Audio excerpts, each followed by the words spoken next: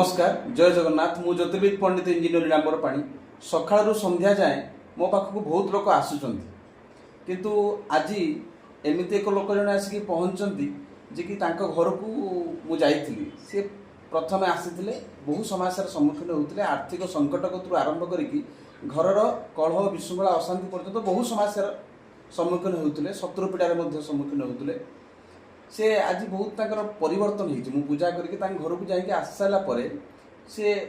मास दुई मास पर आसिक मत जनाऊँ कि मो घरे आश्चर्यपूर्णक भाव परिवर्तन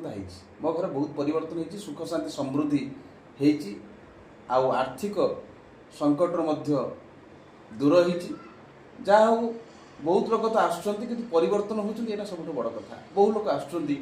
से जो दुखर आसुँच परवर्त समय दुख किसी दूर हो पारुची निश्चित भाव में मत से धन्यवाद दौरान किंतु मु ईश्वर को भगवान को धन्यवाद दूसरी जहाँ मो पाक बहुत लोग पठाऊँ ईश्वर कृपार से उपकार हो पारे उपकृत हो पार्टी तुम घर जो जाइए तुम परिवर्तन आसला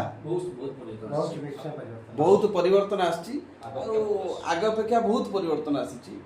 तेणुक ईश्वर करूँ जो मैंने मो पाक आस परिवर्तन हो जय जगन्नाथ।